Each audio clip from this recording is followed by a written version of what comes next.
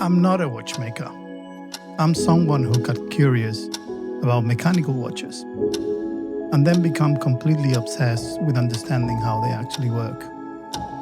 Every gear, every jewel, every system affecting the next.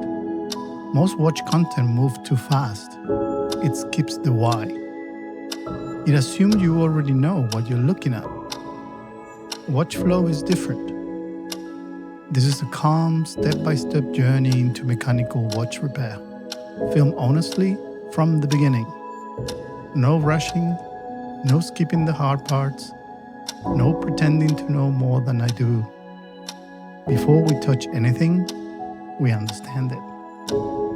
If you ever look at a mechanical watch and wonder what happens inside, this channel is for you. Subscribe and come along. We're just getting started.